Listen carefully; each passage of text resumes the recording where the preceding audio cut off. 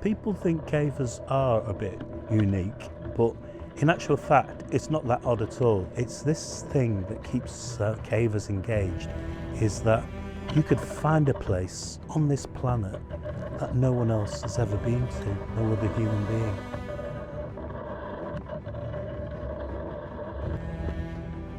Cave digging is cave exploration. It's opening up new places.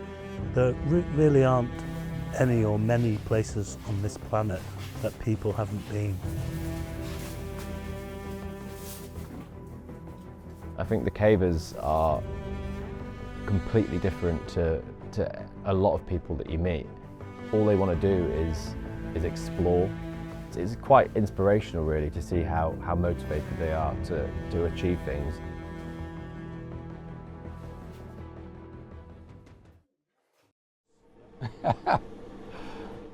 It's about the friends and it's also about the place. We're out on the tops of the hills in a beautiful place. Sometimes the weather makes conditions absolutely atrocious, but it never stops us, you know, so no matter what the conditions are like, we're all out here. And that keeps all of us resilient, keeps all of us active, it keeps all of us engaged.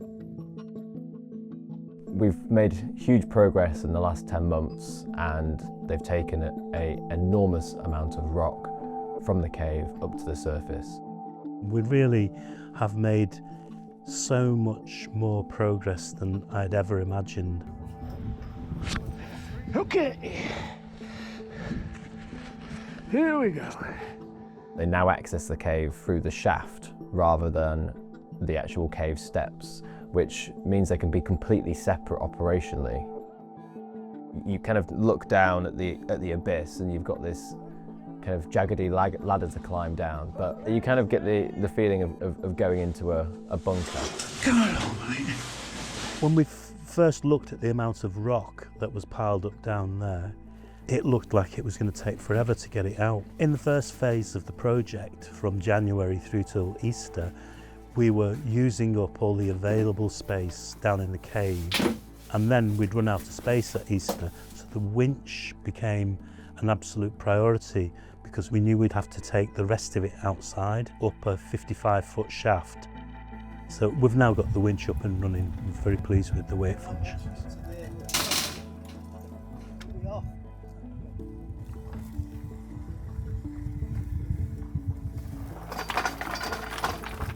We're basically using these hoppers, the blue drum that you saw. We fill them level full and then tip it out here and scatter it around the outside. Down! There's no way that you could be hand pulling stuff up and down there. You just wear people out in a matter of an hour.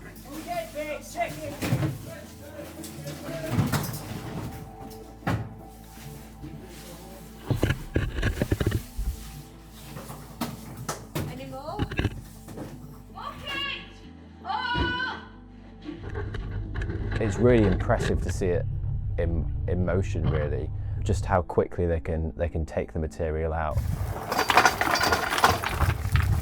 It's a quirky, unique type of family is cavers. We've got our own daft sense of humour. We'll pass you the rope, don't worry. Yeah, we'll send it through. All right. Go on, off you go. Dithering about. Getting in the way. Getting in the road, lad. And the banter is always, you know, really entertaining. Dave, you're in my spot. Is that right? Yeah. Where do I go then? Back there, where you were. To hell in the handcart. Back there, Dave. I've got to go here, because see this? Smile, you're on camera. They've got such a great relationship, and one of the reasons they do it is that sense of community and the sense of shared achievement together. Oh, here comes Rambo. Yeah. Look, a windswept Wambo. I've known a lot of these lads that are digging with us for many, many years. We've been on quite a lot of digs together. We have a good banter between us all, taking mickey out of each other. Tradesman at work. I've been caving for about 58 years. The formations down there, some of them are out of this world. It's the mystery of what you're going to find. You never know what you're going to find. Clive and Dave are the York boys. Dave was, and still is, a climber, and he met Clive at work at the wagon works when they worked for the railways, and persuaded him that it might be a good idea to try this caving lot. Just so we're not chopping the middle of the rope up. Clive tends to take on some of the more challenging underground roles. Places get named after him. So we've got Clive's Corner, Clive's Seat, Clive's Cleft. Whereas with Dave, This'll be a laugh. he has definitely developed a role as the guy who Anywhere around there, Clive? says, come on guys, it's time to stop drinking tea and get over there and do some work. So we nicknamed him the Minion Master. Well, this is going to be an eye-opener if it works. What we're doing at the moment is building a kind of wooden wagonway or railway to get those materials through to the winch more efficiently. The end now. That's the end. Right. Don't bring it in the end. So Clive and Dave agreed that they would do it, and they're doing a terrific job. There's a lot of formation on the floor, calcite. So we're trying to protect it at the moment. So the easiest thing we've done is to build a railway with a nice new engine. Now the railway is actually finished, just hope it works with all effort that's gone into it. Right up. Stumpy one. Here we go.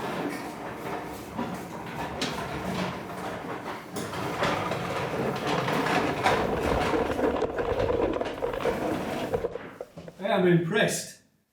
Yeah, I'm really pleased. It'll save us a lot of walking across this passageway. It immediately reminded me of the ghost train when I went to the fair when I was a kid. It's quite fun for us to build things like this. It's a bit like grown-ups playing trains again. No brakes on it. It's great to see that the train is now fully up and running, and it's going to make their lives a hell of a lot easier. Really proud of these people, what they do, and I'm hoping that we'll be able to carry on doing these things for a long time in the future. You right, Dave? Yeah, ready. Okay, let's go. Being a cave digger is a very unique hobby. There doesn't seem to be a new generation of people coming through in masses that want to do this. Unless people take on the mantle of wanting to dig and explore and excavate, is that we will lose something here, but we'll also lose something in exploration in general.